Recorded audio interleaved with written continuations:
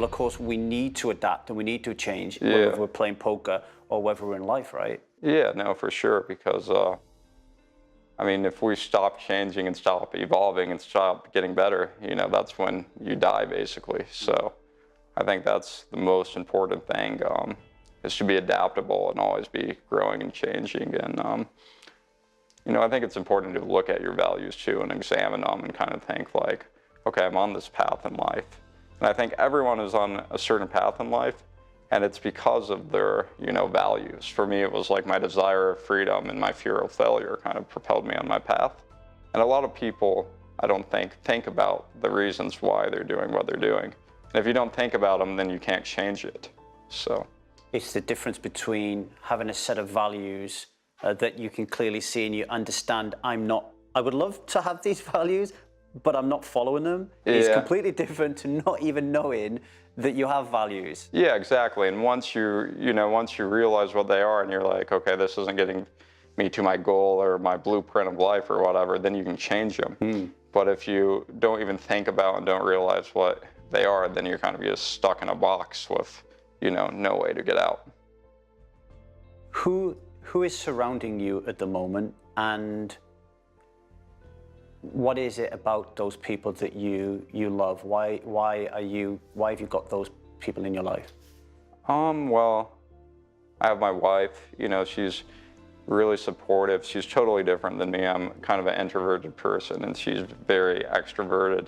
You know, everyone loves her. She knows how to connect with people, and she's always there for me. She's very down to earth and present in the moment.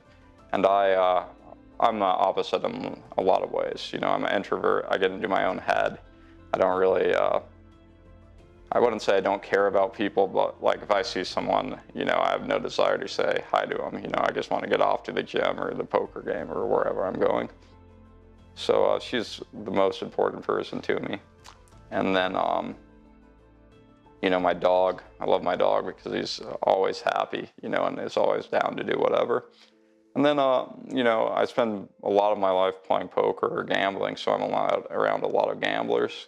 And I'm fortunate enough to play in really high stakes games, so I'm around a lot of really successful people. So they all have traits I admire and am able to learn from.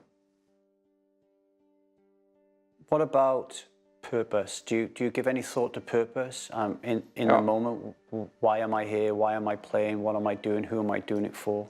Yeah, for sure. I think purpose is very important in life, because without purpose or meaning, you know, if you win all the money in the world gambling, it's still not going to make you happy. So it's important to kind of have something you're playing for, something, a purpose. And it's also important to have a purpose to be a winner, because otherwise, if the only purpose is, you know, winning and making more money, then it's easy to lose motivation, I guess, and lose perspective. So what is that purpose then for you? Why are you playing poker? Well, I'm playing poker. I'm at a point now where financially I wouldn't need to play poker anymore to live, you know, the lifestyle I'm living now. Like, I think a lot of people, you know, they think when people reach a certain level of wealth, they're like, why do those people even work anymore? They have enough money to do whatever they want. But I've seen with people, not just myself, but people, you know, who are far more successful than me, as you reach higher and higher levels of wealth, you're able to do more and more. And at some point, it's not even about just, you know, the lifestyle anymore. It's about, okay, now I can start like a charity foundation, and they can pursue their passion projects, or they can, you know, build a school for their kids and the people in their community, or they can employ hundreds of people. So it goes like, they can go beyond just providing things for themselves. They can start providing things for others around them. Yeah, it's the same advice my son keeps telling me that he wants to be a millionaire, and I keep saying to him, why? And he says, oh, because I want to have everything that I need in life. And I say, well, I have that, but you don't need to be a millionaire. Why do you want to be a millionaire? And I keep pushing him and pushing him, but obviously he's a little bit young to get it. Before 2018 started, sticking on the purpose theme, was there anything in particular that you wanted to achieve this year that was really important to you? Oh, in 2018? I mean, I'm building a house with my wife, so that's really cool. And, you know, we're designing to get everything we want in the house kind of around the lifestyle we like. So that's kind of my big project for the year. Mm-hmm. And are you a goals-orientated person in particular? Do you sit there before the year begins and write down your stuff that you're going to do for the year, or do you just wing it? I do that, but I'm not as goal-oriented as I used to be. Because I think that's something my wife has taught me. You know, I used to be very disciplined in a lot of ways and like, okay, these are my rules and I'm not going to break them, you know. And now I'm a little bit more go in the flow and try to just, you know, enjoy life a little bit more. And how's that working out for you?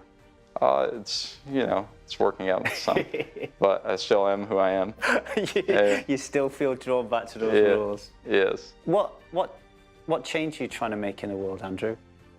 What change am I trying to make in the world?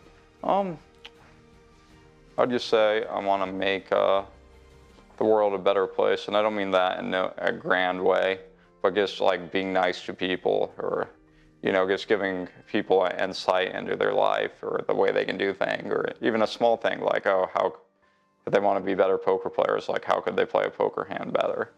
I just like to think the interactions I have add up to more positive than negative. I am Andrew Robl, and I am High Stakes Poker.